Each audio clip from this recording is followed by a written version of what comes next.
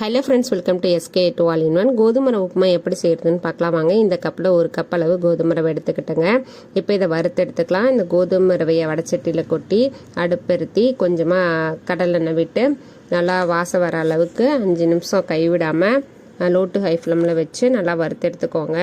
White கலரில் லைட்டாக change ஆகும், நல்லா வாசம் வரும், உதிரி ஆகும், அந்தளவுக்கு வறுத்து எடுத்துக்கோங்க. இப்போ கோதுமை ரவை உப்புமா செய்யறதுக்கு ஸ்டார்ட் பண்ணிடலாம். அடுப்பெருத்தி வடச்சட்டி வச்சு கடலெண்ணெய் விட்டு கடுகு, கடலைப்பருப்பு, உளுத்தம் பருப்புலாம் கொஞ்சம் சேர்த்தி போட்டுக்கோங்க.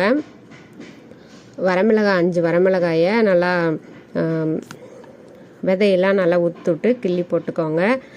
சின்ன துண்டு இஞ்சியை சின்னதாக சாப் பண்ணி போட்டுக்கோங்க. ஒரு பெரிய வெங்காயத்தை கட் பண்ணி போட்டுட்டு கருவேப்பிலை போட்டு நல்லா வதக்கிக்கோங்க. நல்லா வதங்கினதுக்கப்புறம் ஒரு தக்காளியை சின்னதாக சாப் பண்ணி வதங்கின வெங்காயத்தில் போட்டு நல்லா வதக்கி விட்டுக்கோங்க. கொஞ்சமாக உப்பு ஆட் பண்ணி நல்லா வதக்குனிங்கன்னா தக்காளி நல்லா மசிஞ்சு வெந்துடும். இந்தளவுக்கு மசிஞ்சு வந்ததுக்கப்புறம் எந்த கப்பில் கோதுமை ரவையை அளந்தீங்களோ அதே கப்பில் 3 கப் அளவு தண்ணி ஊற்றி நல்லா மூடி போட்டு நல்லா கொதிக்க விட்டுருங்க. வெள்ளை ரவையாக இருந்தாலும் சரி, கோதுமை ரவையாக இருந்தாலும் சரி, கடல் எண்ணெயில் பண்ணிங்கன்னா நல்லா வாசமாகவும் நல்லா டேஸ்ட்டாகவும் இருக்கும்.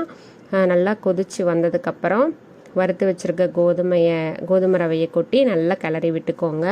பாதி அளவுக்கு வெந்ததுக்கப்புறம் உப்பு செக் பண்ணி பார்த்து போட்டுக்கோங்க. இந்த ஸ்டேஜில் கொத்தமல்லி தலையும் பிச்சு போட்டிங்கன்னா நல்லா வாசனையாக இருக்கும், டேஸ்ட்டாகவும் இருக்கும். அதுக்கப்புறம் ஒரு தட்டம் போட்டு சிம்மில் 5 நிமிஷம் நல்லா வேக விட்டு எடுத்திங்கன்னா கோதுமை ரவை உப்புமா ரெடி ஆயிரும். நாங்கள்லாம் சாப்பிட்டோங்க, செம்ம டேஸ்ட்டாக இருந்தது. நீங்களும் ட்ரை பண்ணி பாருங்கள். தேங்க்யூ.